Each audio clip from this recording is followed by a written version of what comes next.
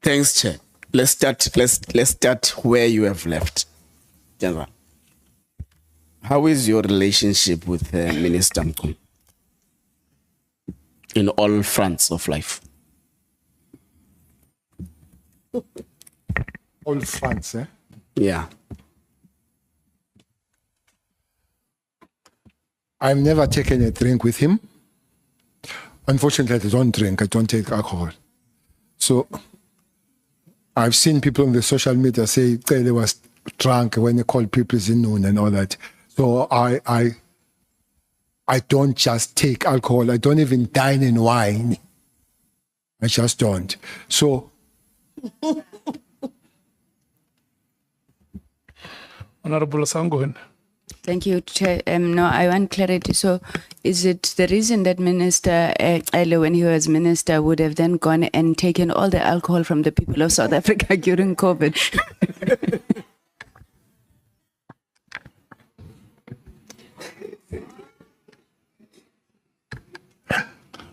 What is your comment on those?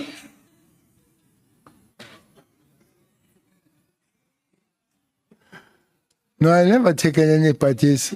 I never taken anybody's alcohol. I just removed the crime from the scene.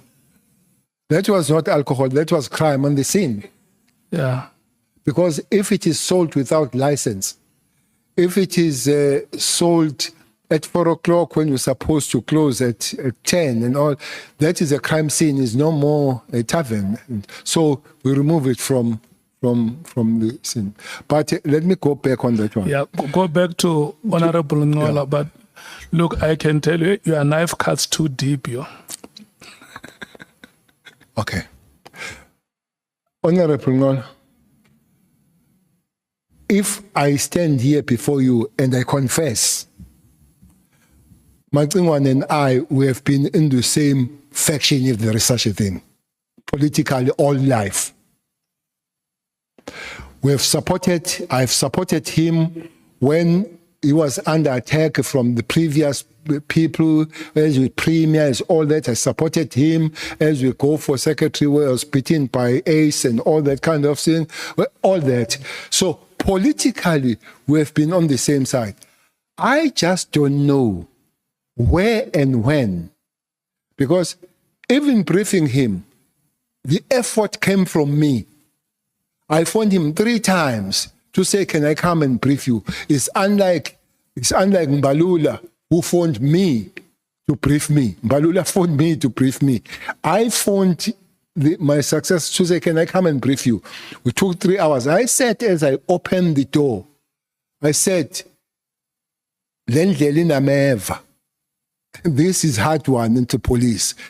Pick up the phone, and let's talk when you think we can make a contribution. I've never received a single call since ever that day I held the door handle. Not once. I mean once. And then that relationship where we have been working together on political matters, I don't know what happened to it. But political front, until this saga happened, I think we have been fine. Even socially, when he lost the mother, I visited the homestead. I spoke there. When he visited the father, we were sitting. When he lost the father, we sat there when Msholozi spoke and all that. We have been quite cordial and not very distant. His wife's name is Temberga. My wife's name is Temberga. They call each other Bizo themselves and all that. So I don't think it's a very hostile kind of relationship overall. Okay.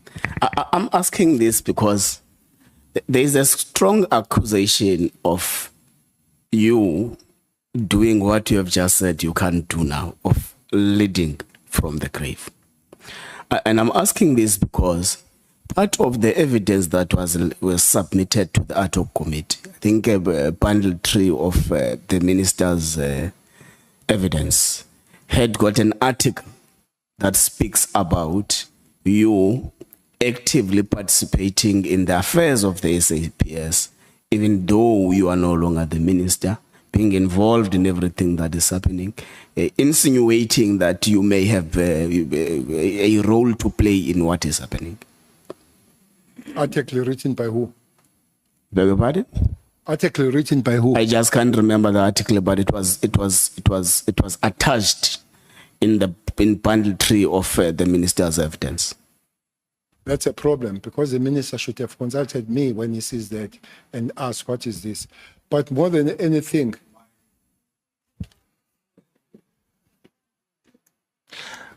it would have better to consult me, because anybody, journalists, they write what they like. And you can't hold me responsible that there is an article written by me, whatever that means, whatever that happens, and all that kind of thing. So, but if I can tell you, I've tried to stay out of the lane. It can't be true again that I don't talk to the police, but mostly it will be at the high level so that I don't have the problem. A few weeks, CIC, there was a clash of students at Edgewood of the student command, EFF and Sansco. Students phoned me. Now, I'm not going to say, yeah. What you do, you pick up the phone and you phone, and I phone Deputy Commissioner Makoba. So when it happens, when fire, I'm sure you know fire here, who killed the lady that was a CPF, he was given the bail. She phoned me to say, Minister, I don't know what to do. And I phoned the provincial commission, said, there is this matter, can you look at it? And indeed, I can't say, when people phone and they raise the matter saying, we are under attack, can you help us? So the next thing I will do, I will phone the police. And I don't think that it will be so much of irresponsible for me to say, look, I'm no more the Minister of Police. Let those people come and shoot you. Okay. During your tenure as both the National Commissioner and the Minister, which is before 2011, as the National Commissioner, and the 2 terms you have served as the Minister of Police, have you noticed some deep-seated divisions amongst the top generals of the South African police services? Maybe the word deep does not operate. But these are old people having their opinions and all that kind of thing. There will be issues here and there. And then one job of the executing authority is to make sure that your structure functions proper. There would be issues here and there that one thing that I would do, I try by all means, honorable member, to stay above their problems, not to be sept in and become the part of one of them or the group of them. So I'll try. But if the matter is raised, for instance, one matter that was raised very sharply was the exchange between Mkwanaze and Sibia on the matter of briefing about the arrest of AKA.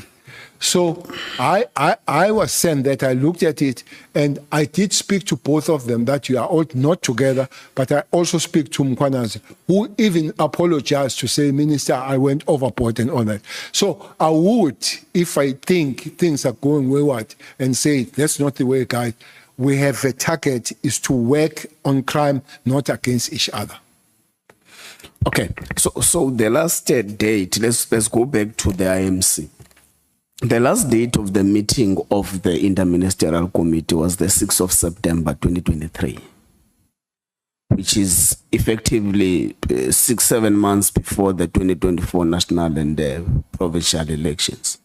So one would assume that the reason of not sitting in the period after December 2023 is that everyone was out preparing for elections. Now, Has the end of the 6th term marked the end of the interministerial committee? No, hasn't. So, even though the 6th administration ended, the existence of the interministerial committee continued to the 7th term. Honorable Member, there is precedence to that. Yes. This committee was called and put there by the President in May 2018, which is the tail end of the 5th administration. And the President puts ministries there, not ministers. This was not an inter-ministers committee, it was inter-ministerial committee, which means ministries that come there. And the ministries have incumbents. The first meeting that met there was Cele for police, Masuta for justice, Duba Letsatsi for intelligence, and Mapisa Nqola for defense. So as we go for election, this committee meets. Who meets? Is Cele, Lamula, and Kodwa, because there was no minister of intelligence at the time. It was Kodwa, deputy in the president. And Mapisa was still there, but later Modise comes. So those people are there. So there is a precedent. And there was no new announcement by the president to say, Nyakubeka njalo. So we continued until this September, and indeed, I agree with you that after September they would be busy. But also, there was then one activity of the committee when the president instruct them to or approach them, especially with that one, with the Minister of Higher Education now, with the problems that was happening in problems happening at Fort Hare. I can take you through when there was time, what was happening there, but huge, 173 million of that university was misused by that process. And these police, they stopped the misuse of 173 million, that PKTT. And then when they briefed, so one felt that it would be good if they briefed the president. I think they briefed the president on the 7th of March, 2024, almost 2 or 3 months now before election. It was still there. President quite impressed with them. He even joked to say they need some award to the way they were doing things. I hope that's not a problem of the award later when the award change seats at some place. But it would be known. Maybe not cutting deep and cutting there. Mine will be simple. Call the interministerial committee. If you believe there is no interministerial committee, go to the committee that is related to the JCPS cluster, and you are co-chair with justice. If you don't believe that that's correct, go to the president to give you the way. I hear that after the letter, the president was briefed 2 months after. That is not consultation. You should tell the president that I've done, you can see what to do. Okay. So for me, that is procedural wrong, but I've had people saying it's unlawful, it's illegal. I can't say that, but right, no. For me, it was wrong the way it was done. Yeah, thank you. I was actually coming there on the 7th of March 2024. That the political killing stars teams meets the president in Durban to take him through over the 430 battle. The president is impressed and urges them to continue the good work they are doing. So the evidence we have received in this committee is that since 2022, the PKTT's existence was irregular. But besides that, 2019, there was a new designed organizational structure of SAPS that excluded the existence of the political killing system because there was an intended establishment of a new division of murder and robbery and all those things, which was later reconfirmed in 2025. Now, you have got this, that from that period until 2024 in March, the understanding was that this is irregular existence. But the head of state then comes later and say, you're doing a great job, please continue. It gives us a lot of some contradictory reactions in terms of what then becomes the status of the PKTT as things stand. Chairperson, Chairperson, the structures and the organograms of the police, they are very old. They did not come with this new dispensation. Now I've signed them when I was a National Commission. I guess JQ would have signed them. I guess 5 of us would have signed them. But at no stage where there are no task teams, with all those organograms, there will be forever task team. One famous task team, people coming from this province will remember, was a task team that was dealing with Pagat. That was a task team dealing with Pagat. But others will be done in response of the agency that can't wait to work under the structure, but also give the extra. And there is nothing illegal with that so long it follows the pattern. As it happened, the interministerial happened with the information note signed by then Commissioner Cele and all that kind of stuff. So it doesn't matter how many times you have the organograms, but there will be always some task teams and some operations as they are. I've counted several of them now. The other one that was put there because of the problem was anti-gang unit. Anti-gang unit, it still exists. I hope it has been found, has been put under the structure. It was in Cape Town alone. It has spread now to other places where there are gangs. There is just one connotation I don't like about it, that is a colored unit. That is not. There is a lot of that here in Khayelitsha working there. There are no colors staying in Khayelitsha. So is an anti-gang unit which was launched by the president, but its existence might be found on the way by the structure and put on the structure and comes after the big umbrella that is called as a visible policing under the component. There is a component that will be called ORS, and that component will fall under the visible policing and all that. Other one that was put as a special was TROT. We did not fix the organogram. TROT had to respond to the crime of cash heist and all that there and then, which really was reduced. So that 2019, I really wish if ceased to exist, what was the process, what was the document? On the 6th of September 2023, we are communicating the decisions taken on the 5th of September 2023 by the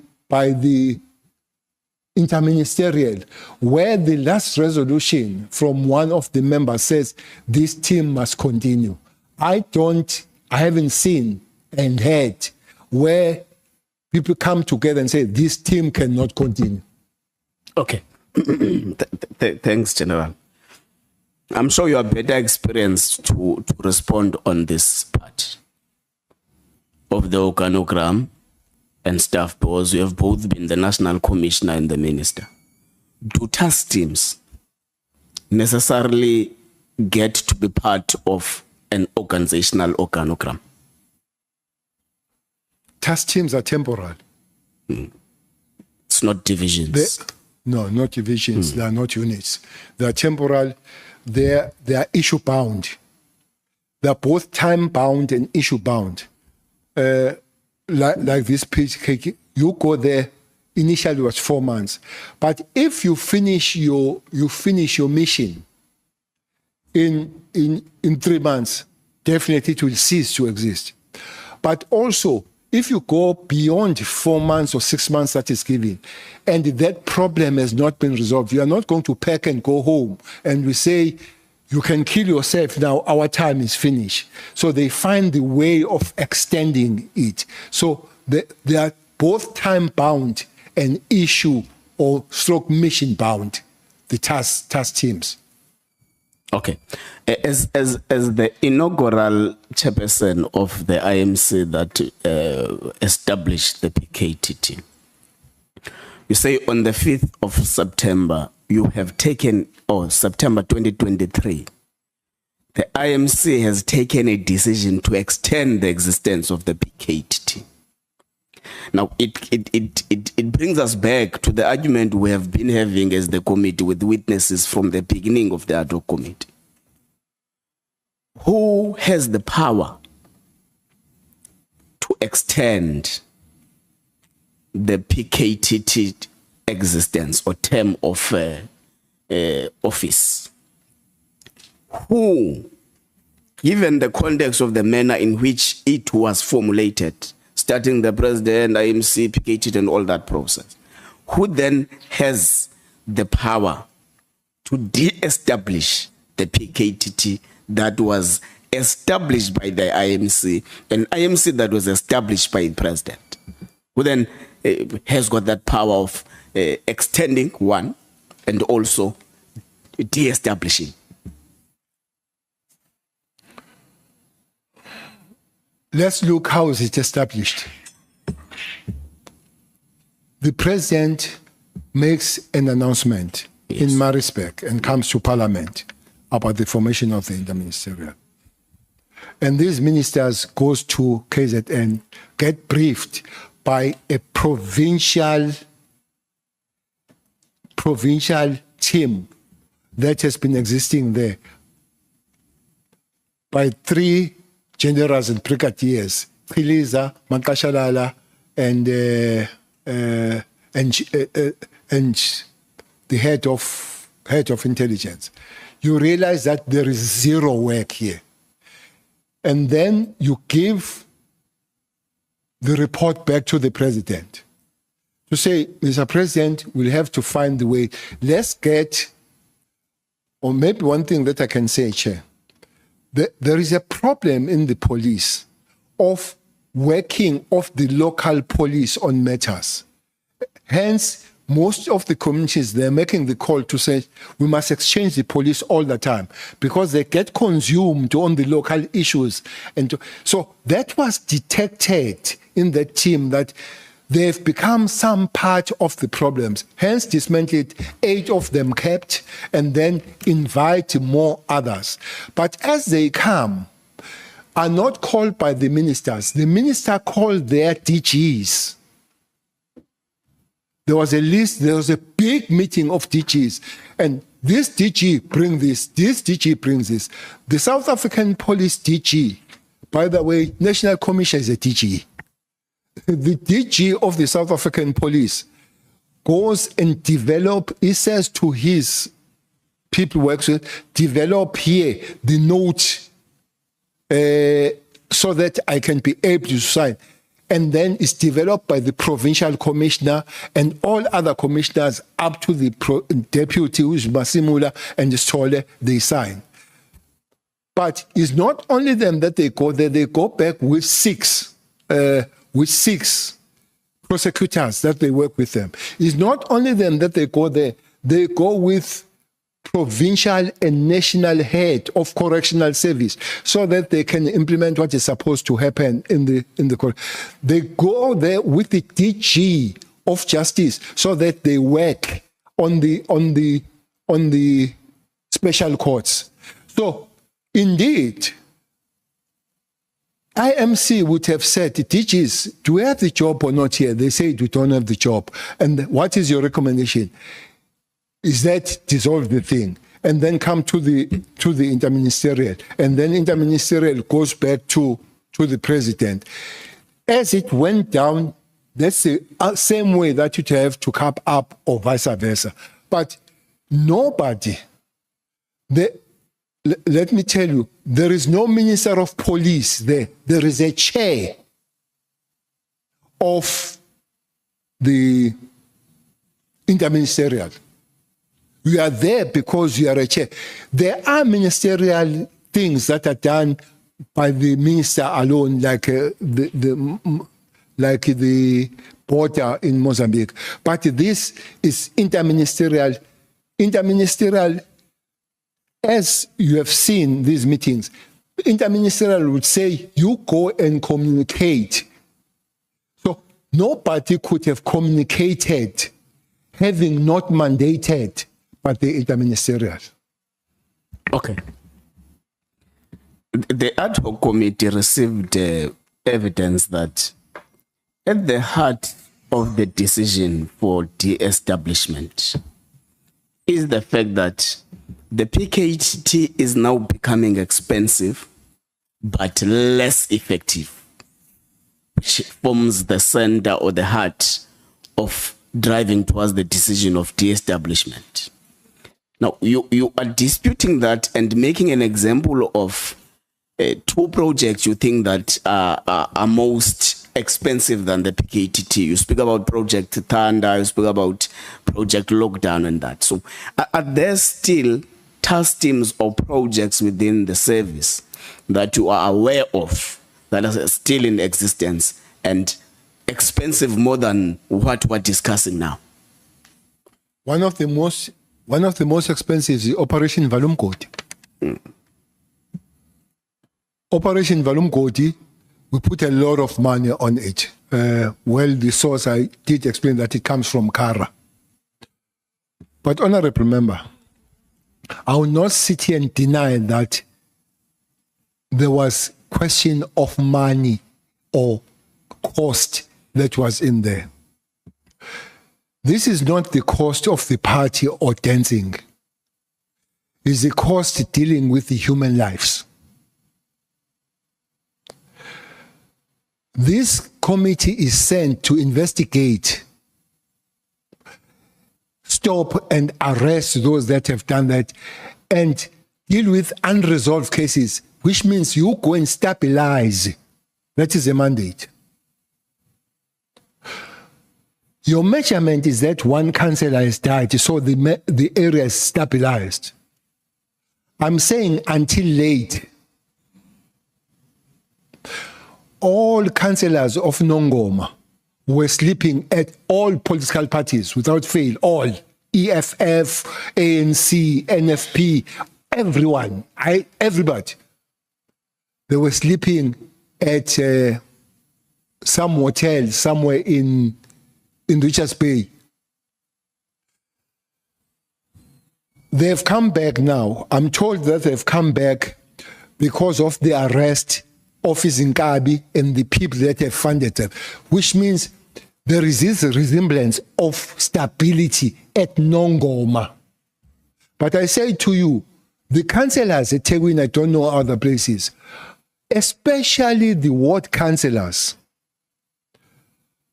are guarded. You know, one dangerous thing in the politics of councillors, honorable members, is to be a councillor on the safe ward of that particular part, because they know if they kill you, whoever kills you will come in. It's not much a problem with PR. The problem is with ward councillors. I'm saying big. The number I don't know, but not less than 50. So you are not going to call me that is stability. You must go and remove those conditions that make those councillors to be guarded. And then you talk about stability. Because that's the second. The third one, we're going for elections. The history does tell us that local government election, there is a flare-up. always a flare up. You can see the statistics. You can go and look at the statistics. It's a flare up. Then it cannot be going towards that and you say you remove. But the last point, please use the path you came to go back. The path are those 3 steps that have happened.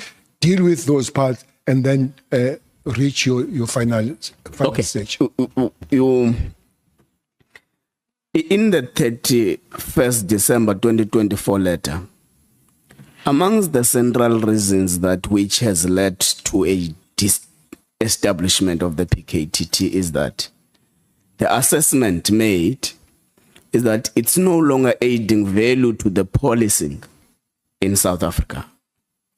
Now, as a person who presided over the affairs of the political killings system from 2018 to 2024, what value would you attach to the PKTT in respect to the crime fighting efforts against political related killings? To start with, who did the assessment that it has no value? The letter of the minister says it adds no value. And the attachment, the annexure? There is an annexure that speaks about dockets. Some are in court. Some there were convictions. The PKTT, but I'm talking about these are 2 different periods. The period that led to the letter is from July 2024 to December 2024. So I'm talking about a person who has got a long spending with the PKTT from 2018 to 2024.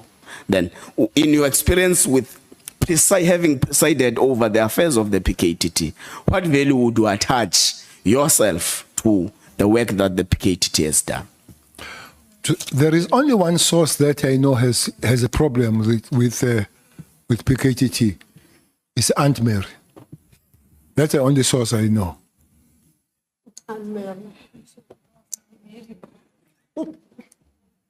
But if you ask me about... So when you say Anne Mary, you refer to Professor Mary Tihas? Mary Tihas. Okay. When it comes to the PKTT,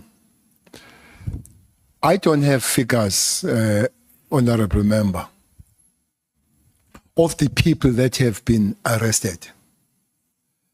With the high-profile cases that we have lived with without being resolved. There is another myth to say they are pursuing cases that are not political. You see the World Office in Kabi, hitmen, they go across the board. They don't only hit politicians alone. They are hired to kill on the taxi world. So if the PKTT finds a person that kills a politician at Nongoma, called Taminyembe as a councillor, and they realize that this Ntuli has killed other tax people and they are 6, they will pursue that. They are not going to say, stop, don't check now, because the next people they shot is not a politician. They'll pursue, which helps that we are eating on the world of Izinkabi coming from this angle of political violence. So without really going detailed and giving you statistics, those are there. Maybe we'll invite the people to give you statistics. For me, it was one of the biggest good decision that this team was formed. They did not let anybody down. They did the good job. And I believe that even they're taken to other places now, it comes out of their job. And that this thing that I heard somebody in Mafeking coming at these Zulus. What are they doing, these Zulus here? Let me tell you one thing. South African police jurisdiction, because it looks like there is an issue with this going to Gauteng. South African police service jurisdiction is South Africa. It's not province. Jurisdiction is South Africa. The minister only signs when they leave the country. But when they move to the next province, that's a jurisdiction of the South African Police Service. If they do it in Gauteng, they're at home. If they do it in Galashiwa, they're at home. So for me, they cannot be accused for things that are not breaking the law. PKTT, nothing wrong if assessed, but I haven't seen any assessment. And people that have assessed and they said that is needed, they must go back and assess and give the report back to somebody who says, you go and fix it. Otherwise, for me, it's done the good job, and I guess that job is not done. Thank you. Honorable Sangwen. Thank you, Chair. Now, I just want a question of clarity on the response that the General just gave.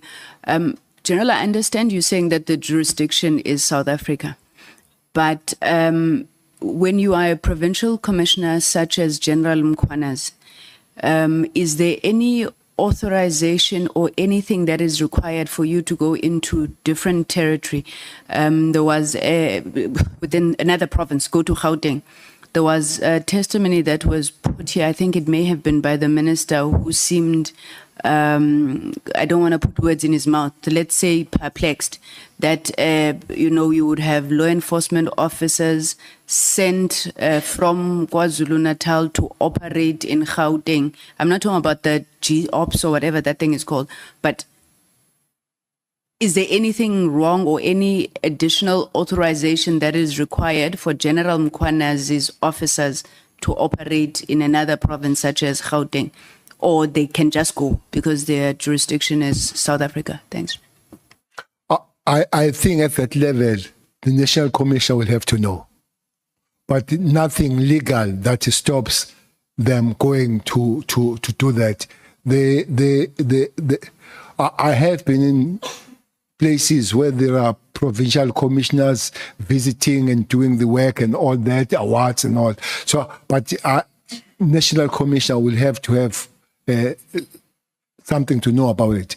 The other that people they raise the problem is that those police that come from other places for operation, they must report it to the station commanders. Not always, because it could happen that the station commander is a problem. You report it to the station commander goes and tells these guys that, look, not today. So it will be fine if they jet in, they deal with that. What I would argue is that they can go then and report that we had operation here, because is a fact. We have a lot of local police having a problem in working with wrongful people in that particular area. But the answer is no, there is no breaking law on that one, but follow procedures, report. Okay. Now let's go to Beverly Hills. You meet Mr. Matlala for the first time, which is after you are no longer the Minister of Police then. He requests you to help him mitigate what he says it's the infighting of SAPS generals that want to use him and drag him in between.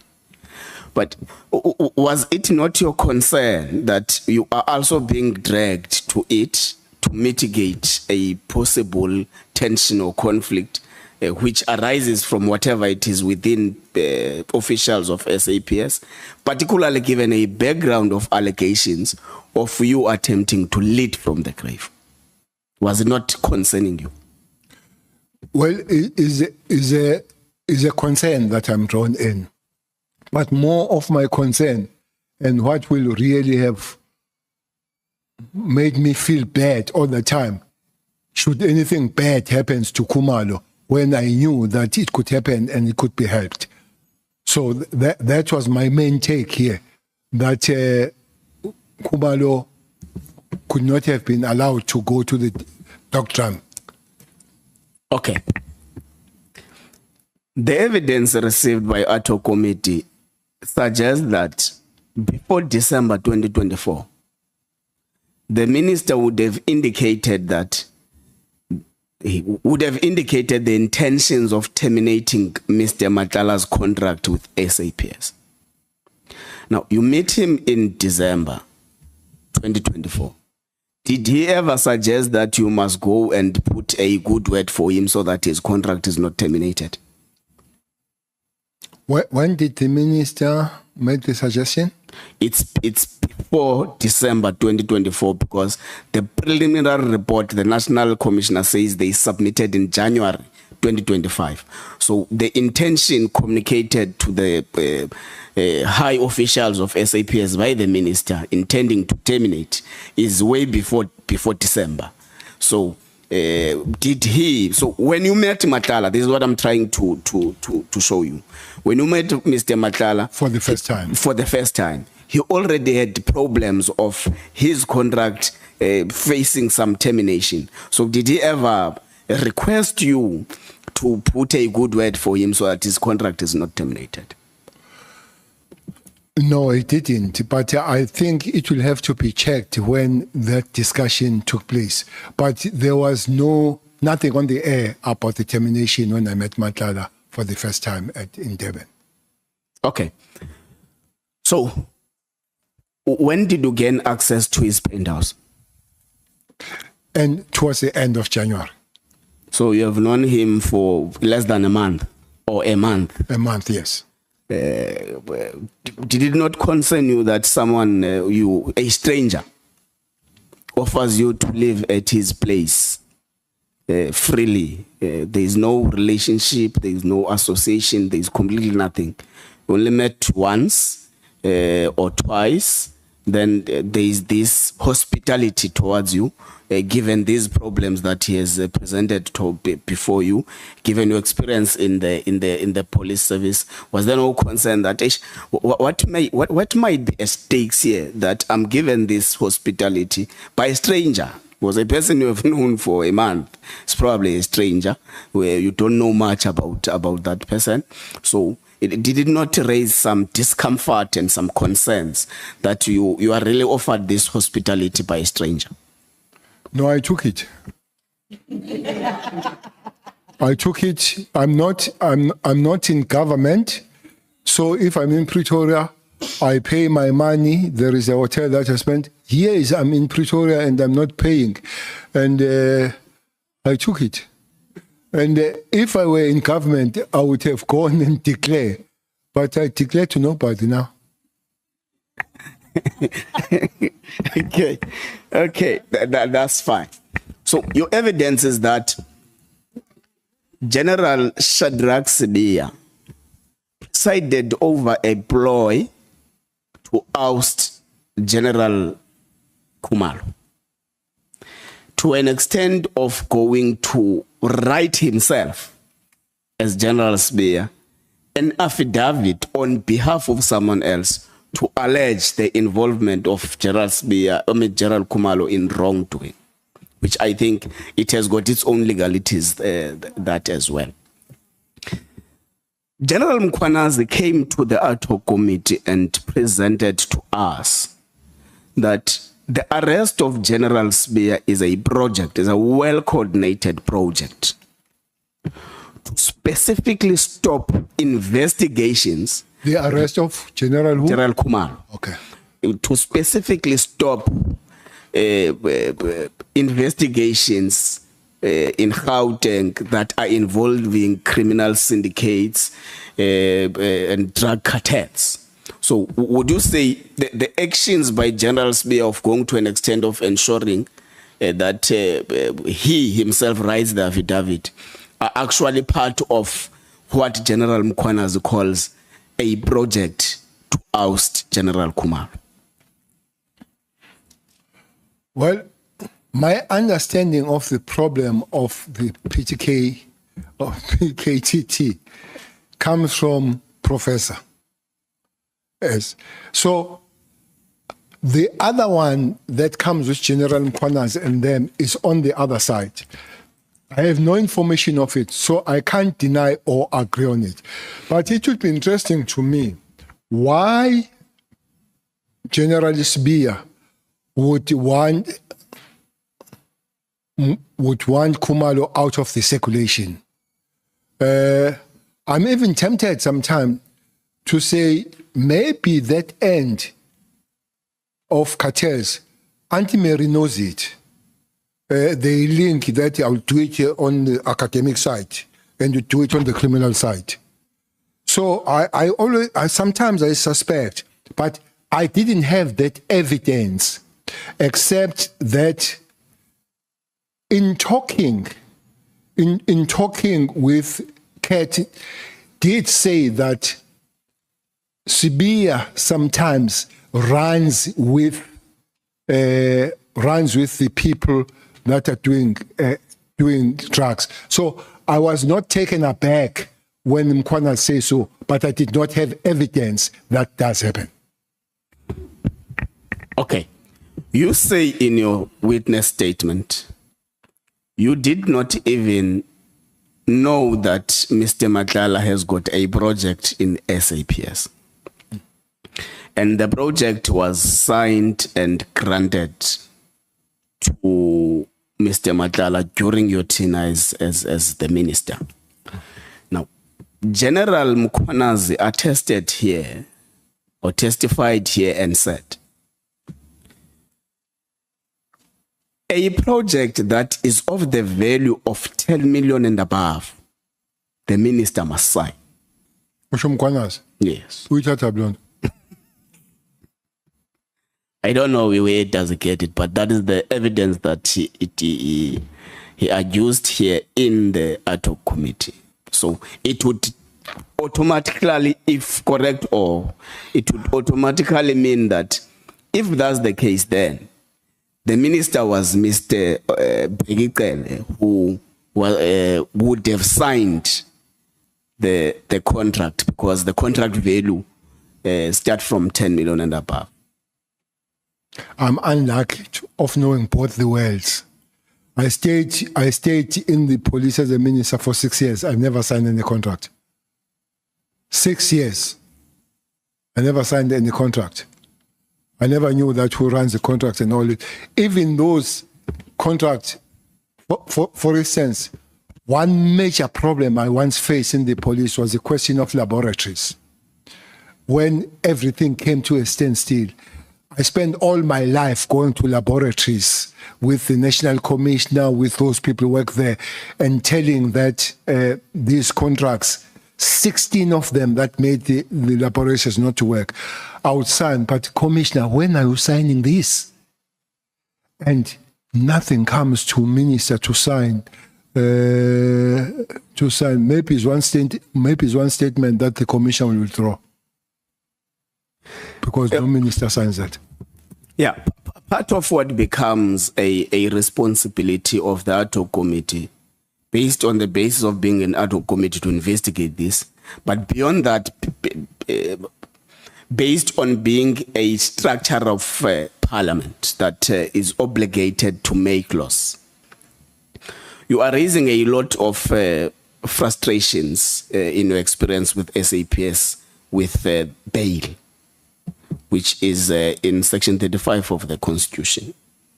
And amongst of the responsibilities that we have here is to check if there are systematic gaps as a legislative arm of government that we can learn from in this process and make necessary amends.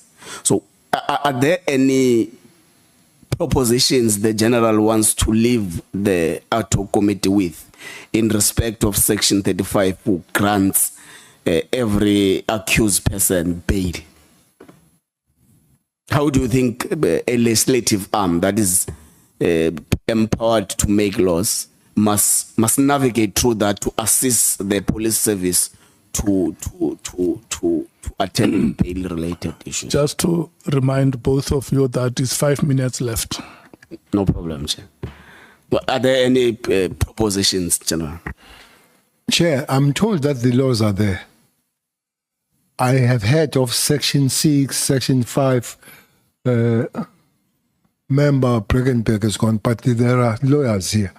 I'm told that with the schedule, is it 5 or 6, you can't repeat the same thing and be given the bail. So can people implement the laws of the countries that are there to stop the crime? And if it needs to be, enhance them, because I can assure you, with bail supplied like we are a Father Christmas, criminals, they go all the way to repeat exactly what they've been arrested for. And the police, there are police that are shot and killed by the people that are on bail. We bury them. So I would say if there is, but work with these laws maximally, but enhance them if you can to make sure that life is difficult for those that break the law. Okay, thank you. The people of South Africa said, I must tell you that they have forgiven you for destroying their alcohol and for calling them a no-no. Thank you very much, Chair. Can I get indication? We're starting.